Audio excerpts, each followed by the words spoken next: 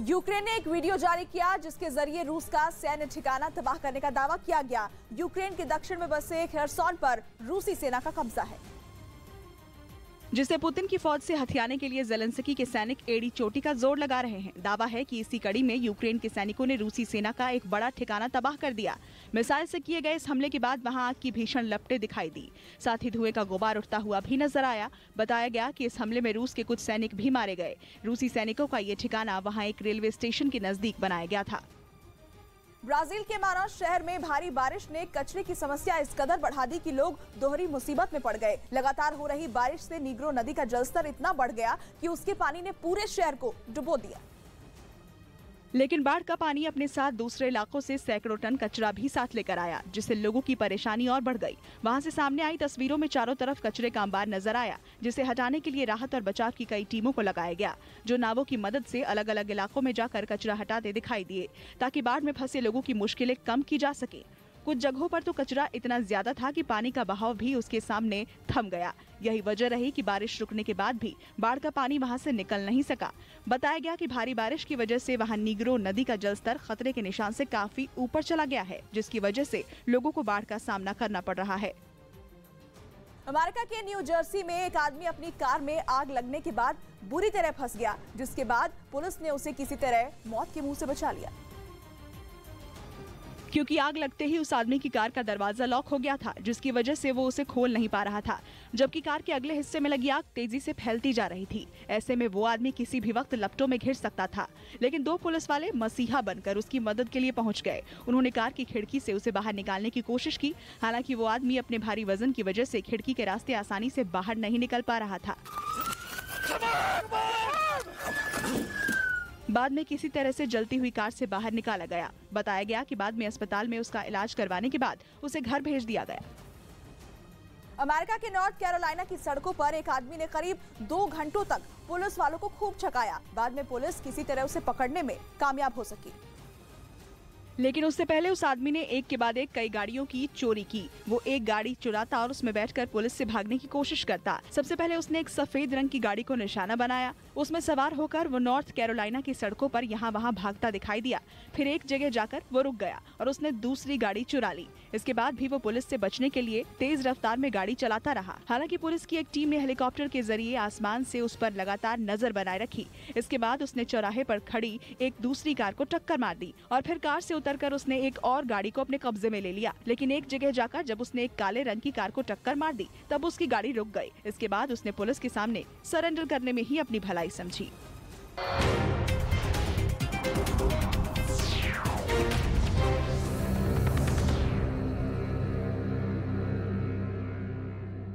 विरोध चीन के लिए परेशानी का सबब बनता जा रहा है, क्योंकि इसी साल ग्वादर राइट्स मूवमेंट से जुड़े लोग अपनी मांगों को लेकर 1 महीने तक धरने पर बैठे रहे थे।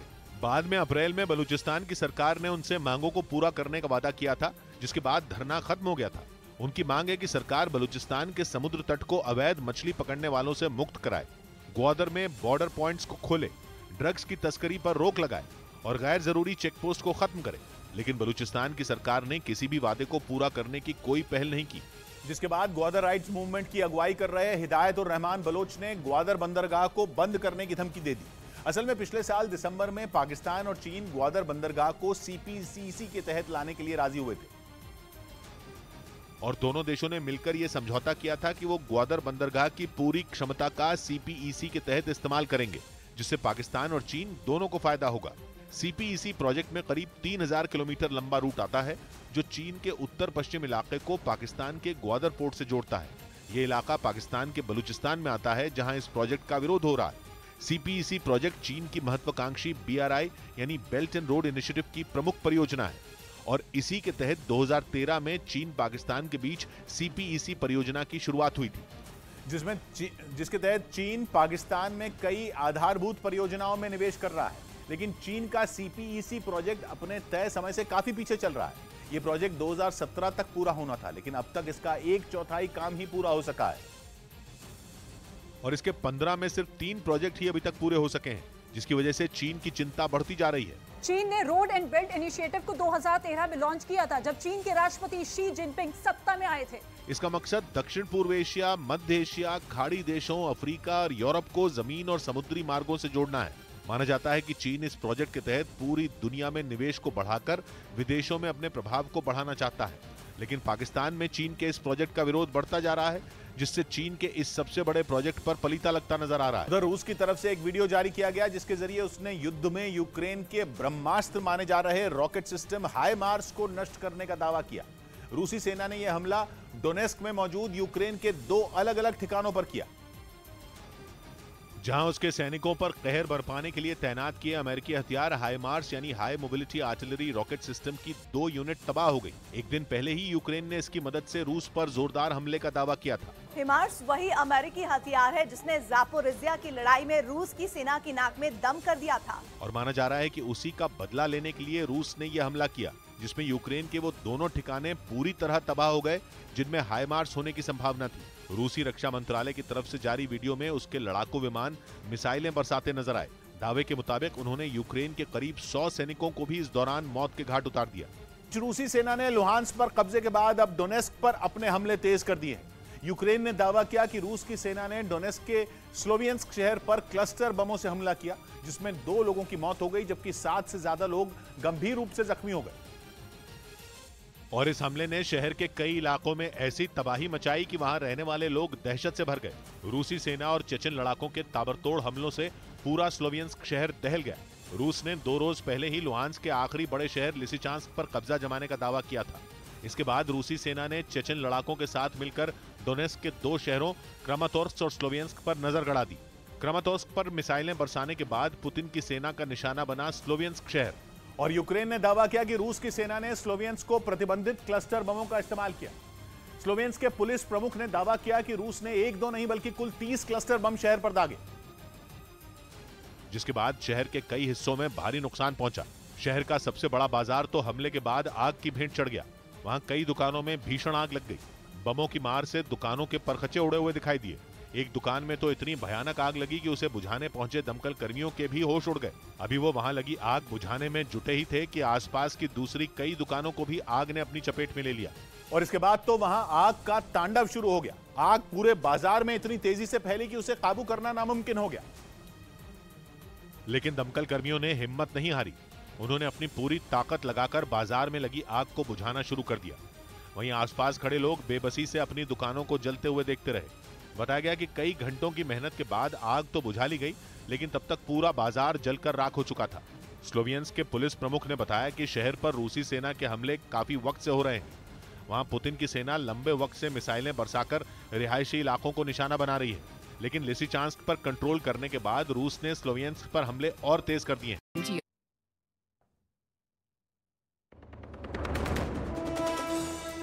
अमरावती हत्याकांड पर एनआईए को मिले भड़काऊ पैम्पलेट। पूरे महाराष्ट्र में बड़ी साजिश की थी प्लानिंग। पीएफआई से फंडिंग की भी जांच में तेजी।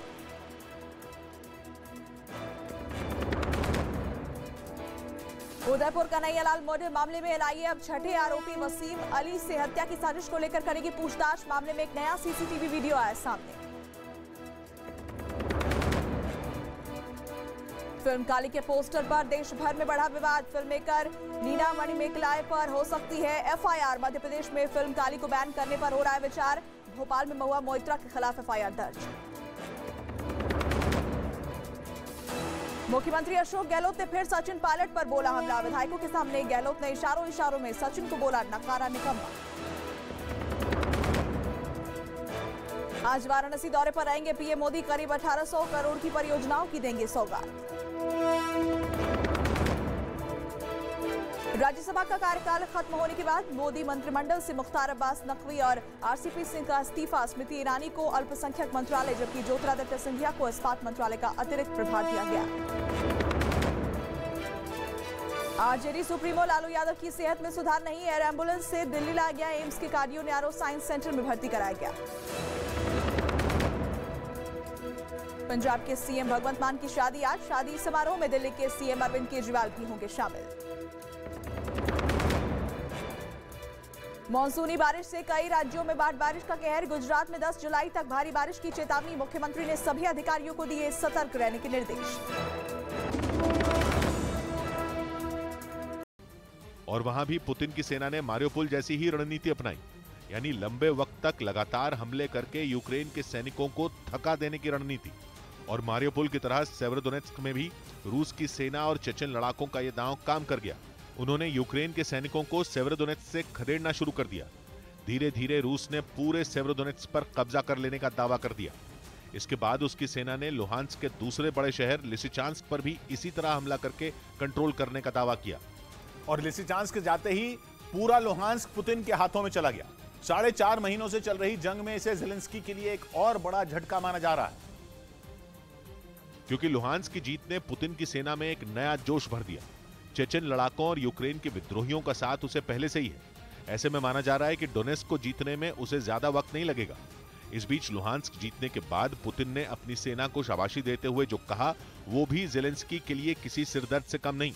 पुतिन ने लुहांस्क की जीत को बड़ी जीत बताते हुए अपनी सेना को थोड़े दिन आराम करके ताकत बढ़ाने की सलाह दी। और पुतिन की इसी बात ने ज़ेलेंस्की की डोनेस्क बचाने की चुनौती को पहाड़ जैसा बना दिया। पहले से ही यूक्रेन के पूर्वी हिस्से में उनकी सेना अपने इलाकों को बचाने की जंग में पस्त होती दिख रही है। और अब रूस की सेना को पुतिन की तरफ से यह इशारा मिल गया है कि आराम भले कर लो, लेकिन उसके बाद जो हमला करना वो डॉनबास पर कब्जे की आखिरी जंग साबित होनी चाहिए। डोनबास पर कब्जे का रास्ता डोनेस्क पर जीत से होकर गुजरता है, जिसके लिए रूसी सेना और चेचन लड़ाकों ने सबसे बड़े खतरनाक हमले की तैयारी शुरू कर दी है। माना जा रहा है कि अब डोनेस्क को बचाए रख पाना ज़ेलेंस्की के लिए आसान नहीं होगा। यही वजह है कि वहां के गवर्नर ने भी जंग में फंसे करीब 3,50,000 लोगों को वहां से निकालने की अपील की है, ताकि यूक्रेन के सैनिकों को खुलकर लड़ने का मौका मिल सके। वहीं 4.5 महीने से छिड़ी यूक्रेन की जंग में जिस तरह रूस ने सीन पलटा है, उसे देखकर कई रक्षा विशेषज्ञों का मानना है कि अब पश्चिमी देशों के लिए पुतिन को रोकना नामुमकिन हो सकता है, क्योंकि दावा है कि इस जंग में पश्चिमी देशों की एक कमजोरी को ही पुतिन ने अपनी बड़ी ताकत बनाया हुआ है। डिफेंस एक्सपर्ट्स का कहना है कि पश्चिमी देशों की कमजोरी यह है कि उन्हें लंबी जंग की आदत नहीं है। वो यूक्रेन के लंबे खिंचते युद्ध में कूदना नहीं चाहते और रूस जैसे ताकतवर देश से सीधी जंग तो बिल्कुल भी नहीं लड़ना चाहते। और रक्षा विशेषज्ञों का मानना है कि पश्चिमी देशों की इसी कमजोरी का फायदा उठाकर पुतिन जानबूझकर यूक्रेन की लड़ाई को खींच रहे हैं। कछुए की चाल से आगे बढ़कर नेटो देशों के सब्र का इम्तिहान ले रहे हैं, ताकि उनकी एकता तोड़ी जा सके, उनसे यूक्रेन को मिल रही मदद बंद की जा सके। यूरोप और अमेरिका की आर्थिक हालत पहले ही खराब है और फिर उधर यूक्रेन को अरबों डॉलर की मदद की वजह से उनका बजट भी बिगड़ रहा है। ऐसे में कभी न कभी तो वो यूक्रेन के कंधों से अपना हाथ उठा ही लेंगे। पुतिन को इसी बात का इंतजार है। जैसे ही ये होगा वो यूक्रेन में अपना मास्टर स्ट्रोक मार देंगे। पुतिन के इस पैंतरे को पश्चिमी देश भी समझ रहे हैं। उन्हें भी ये एहसास हो रहा है कि उनकी यूक्रेन को मदद काफी नहीं और वो जल्द इस जंग को रफा दफा नहीं कर पा रहे। बल्कि पहले तो बात यह हो रही थी कि यूक्रेन की लड़ाई कुछ महीने और चल सकती है, लेकिन पिछले महीने खुद नेटो के सेक्रेटरी जनरल ने यह कहकर यूरोप और अमेरिका के पैरों तले जमीन खिसका दी कि यूक्रेन की जंग कुछ महीनों नहीं बल्कि सालों तक खिंच सकती है। इसलिए पश्चिमी देशों को यूक्रेन का साथ देने के लिए तैयार रहना चाहिए। लेकिन मिलिट्री एक्सपर्ट्स का मानना है कि भले ही अमेरिका और ब्रिटेन जैसे नेटो देश यूक्रेन को हथियार देकर उसके मददगार बनने का डंका पीट रहे हों, भले ही वो मुसीबत की घड़ी में यूक्रेन के साथ खड़े होने का दम भर रहे हों, लेकिन हकीकत तो यही है कि रूस जैसे बड़े देश से यूक्रेन अकेले ही जंग लड़ने को मजबूर है। पश्चिमी देश बस दूर से तमाशा ही देख रहे हैं। वो फूंक फूंक कर कदम रख रहे हैं। वो ऐसा कोई रिस्क नहीं उठा रहे जिससे पुतिन भड़क जाए। इसलिए नेटो देश यूक्रेन को इतनी ताकत के हथियार तो दे रहे हैं जिनसे वो अपनी हिफाजत कर सके, लेकिन इतने दमदार हथियार नहीं दे रहे जिनसे यूक्रेन रूस के घर में घुसकर वार कर सके, उसका काम तमाम कर सके। और पश्चिमी देशों की इस कमजोरी से पुतिन अच्छी तरह वाकिफ है। रक्षा विशेषज्ञों का कहना है कि पुतिन वेट एंड वॉच की पॉलिसी अपना रहे हैं। उन्हें पता है कि पश्चिमी देश लंबी जंग के लिए तैयार नहीं। देर सवेर उनका जोश जवाब दे ही जाएगा और यूक्रेन को भुलाकर फिर अपने अपने रास्ते सब चल देंगे। और ये बात पुतिन तो क्या पूरी दुनिया चेचनिया की जंग में भी देख चुकी है, जॉर्जिया की लड़ाई में भी देख चुकी है और हाल में 8 साल पहले हुई क्राइमिया की लड़ाई में भी देख चुकी है। जब 2014 में रूस ने यूक्रेन के क्राइमिया पर कब्जा किया था, तब अमेरिका जैसे इन्हीं पश्चिमी देशों ने शुरुआत में खूब हल्ला मचाया था। रूस को सजा देने के लिए तब भी उस पर प्रतिबंध लगाए गए थे। यहाँ तक कि रूस को G8 से निकाल तक दिया गया था। फरवरी में रूस ने जब यूक्रेन पर हमला किया था तो पश्चिमी देशों ने भी रूस से निपटने के लिए बिल्कुल यही तरीका अपनाया था। वो पहले की ही तरह आक्रामक रहे। उन्होंने रूस पर तगड़े प्रतिबंध भी लगाए, लेकिन जैसे अब किसी की जुबान पर जॉर्जिया, चेचनिया और क्राइमिया का नाम तक नहीं, डिफेंस एक्सपर्ट्स का कहना है कि उसी तरह यूक्रेन का मसला भी।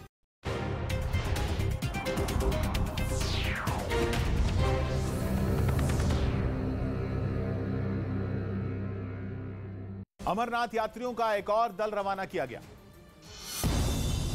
जम्मू में खराब मौसम की वजह से रोकी गई अमरनाथ यात्रा फिर से शुरू हो गई और वहां से श्रद्धालुओं के एक और जत्थे को रवाना किया गया। मुंबई में एक विदेशी नागरिक को करीब 24 लाख रुपए के नशीले पदार्थ के साथ गिरफ्तार कर लिया गया। इसी महीने होने वाले वेस्टइंडीज दौरे के लिए भारतीय वनडे टीम का ऐलान कर दिया गया, जिसकी कमान शिखर धवन को सौंपी गई। इस सीरीज में रोहित शर्मा और विराट कोहली नहीं खेलेंगे। बिहार की राजधानी पटना से एक बेहद खौफनाक वीडियो सामने आया है, जहां एक निजी स्कूल के शिक्षक ने 6 साल के बच्चे को बड़ी ही बेरहमी से पीटा है। लेकिन शिक्षक को उस छोटे से बच्चे पर बिल्कुल रहम नहीं आया। वायरल वीडियो में टीचर मासूम बच्चे को पहले एक डंडी से पीटता दिखा, यहाँ तक कि लकड़ी भी टूट जाती है, लेकिन टीचर का गुस्सा शांत नहीं होता और वो बच्चे के मुंह पर चाटे मारता है, तो कभी उसकी पीठ पर घूंसे बजाता है, कभी बच्चे के बाल खींचने लगता है। इस दौरान बच्चा दर्द से रोता है, चीखता है और चिल्लाता है, लेकिन शिक्षक लगातार उसे पीटता जाता है। इसके बाद वो बच्चा जमीन पर गिरकर बेहोश हो जाता है। 6 साल के बच्चे की पिटाई का ये वीडियो सोशल मीडिया में वायरल हुआ तो पुलिस ने संज्ञान लिया और आरोपी शिक्षक अमरकांत को गिरफ्तार करके जेल भेज दिया।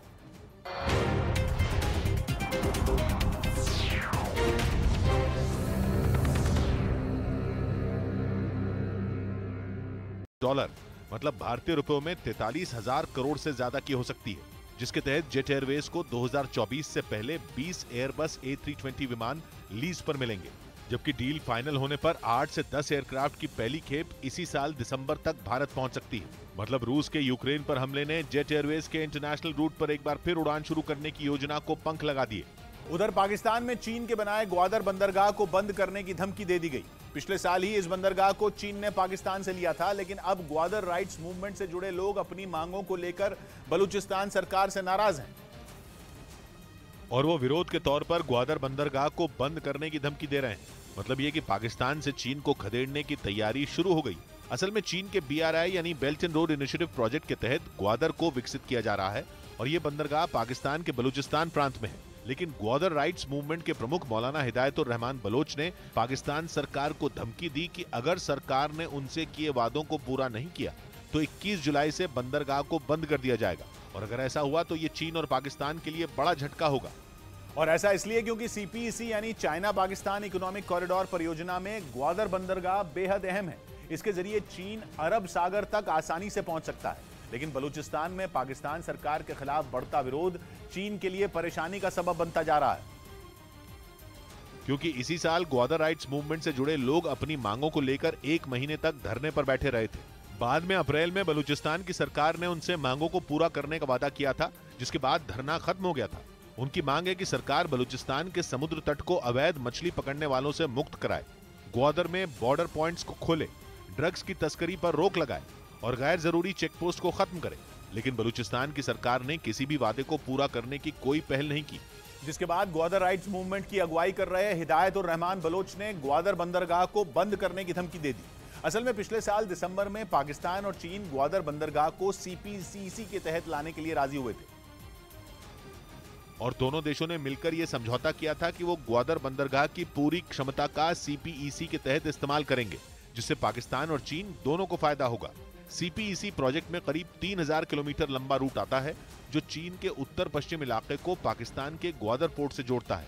ये इलाका पाकिस्तान के बलूचिस्तान में आता है, जहां इस प्रोजेक्ट का विरोध हो रहा है।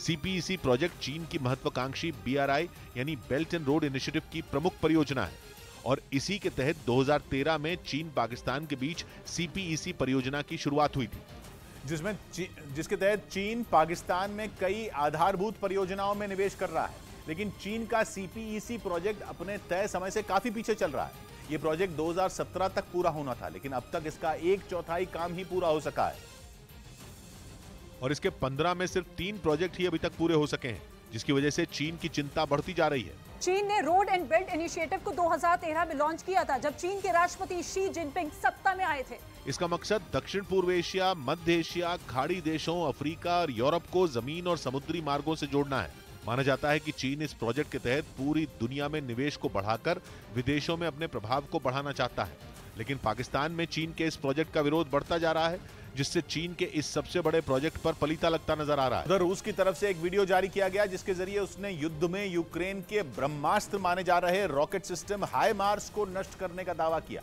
रूसी सेना ने यह हमला डोनेस्क में मौजूद यूक्रेन के 2 अलग-अलग ठिकानों पर किया, जहां उसके सैनिकों पर कहर बरपाने के लिए तैनात किए अमेरिकी हथियार हाईमार्स यानी high mobility artillery rocket system की 2 यूनिट तबाह हो गई। एक दिन पहले ही यूक्रेन ने इसकी मदद से रूस पर जोरदार हमले का दावा किया था। हिमार्स वही अमेरिकी हथियार है जिसने ज़ापोरिज़िया की लड़ाई में रूस की सेना की नाक में दम कर दिया था। और माना जा रहा है कि उसी का बदला लेने के लिए रूस ने यह हमला किया, जिसमें यूक्रेन के वो दोनों ठिकाने पूरी तरह तबाह हो गए जिनमें हाईमार्स होने की संभावना थी। रूसी रक्षा मंत्रालय की तरफ से जारी वीडियो में उसके लड़ाकू विमान मिसाइलें बरसाते नजर आए।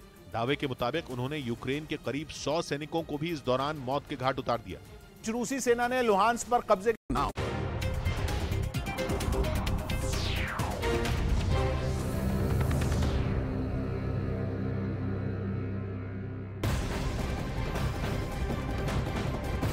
अमरावती हत्याकांड से जुड़ी बड़ी खबर आपको बता दें। दरअसल उमेश कोल्हे हत्याकांड के पीएफआई कनेक्शन की जांच में जुटी एनआईए ने अमरावती के पीएफआई चीफ सोहेल नदवी से कई घंटे तक पूछताछ की। पूछताछ में पता चला है कि उमेश कोल्हे हत्याकांड का मुख्य आरोपी इरफान लगातार सोहेल से संपर्क में था। एनआईए ने सोहेल नदवी से पैसों के लेन देन के बारे में भी पूछताछ की। एनआईए को शक है कि हत्याकांड को अंजाम देने के लिए इरफान को पैसे पीएफआई के लोगों ने ही दिए थे। इस बीच एनआईए ने अमरावती में 13 जगहों पर छापेमारी भी की। इन छापों में एनआईए की टीम को मोबाइल फोन, सिम कार्ड और कई हथियार भी मिले हैं। उमेश कोल्हे हत्याकांड में एनआईए की जांच की सुई अब पीएफआई की तरफ घूम गई है। इससे पहले मामले की जांच कर रही एनआईए ने हत्या के आरोपियों से लंबी पूछताछ की थी और बताया जा रहा है कि उमेश कोल्हे की हत्या के आरोपियों से पूछताछ के दौरान ही उनका पीएफआई कनेक्शन सामने आया। जांच एजेंसी के सूत्रों के मुताबिक हत्या को अंजाम देने वाले आरोपी पीएफआई के संपर्क में थे। जांच के दौरान हत्याकांड के तार पीएफआई से जुड़ते ही एनआईए ने अमरावती में इसके चीफ सोहेल नदवी पर शिकंजा कस दिया और उसे पूछताछ के लिए थाने बुला लिया। दावा किया गया कि पीएफआई के सदस्य सोहेल नदवी से एनआईए ने उमेश कोल्हे की हत्या से जुड़े कई सवाल किए। इससे पहले भी हिंसा भड़काने के कई मामलों में इस संगठन का नाम सामने आ चुका है और यही वजह रही कि उमेश कोल्हे हत्याकांड में पीएफआई का नाम सामने आते ही जांच एजेंसियां चौकन्नी हो गई, क्योंकि जिस तरह इस हत्या को अंजाम दिया गया उससे सिर्फ महाराष्ट्र ही नहीं बल्कि पूरे देश में बवाल मचा हुआ है। और इसी वजह से अब इस बात की जांच की जा रही है कि अमरावती की घटना में पीएफआई की क्या भूमिका थी। क्या अमरावती में हुई उमेश कोल्हे की हत्या किसी बड़ी साजिश का हिस्सा थी? जांच एजेंसियां इस बात की भी पड़ताल में जुटी हुई हैं कि कहीं इस हत्या के पीछे पूरे देश में बवाल कराने का प्लान तो नहीं था, क्योंकि इस हत्याकांड से जुड़ी एक और खबर आई जिसने सभी को चौंका दिया। दावा किया गया कि अमरावती में जिन आरोपियों ने हत्या को अंजाम दिया उनका इरादा उमेश कोल्हे का सिर कलम कर देने का था।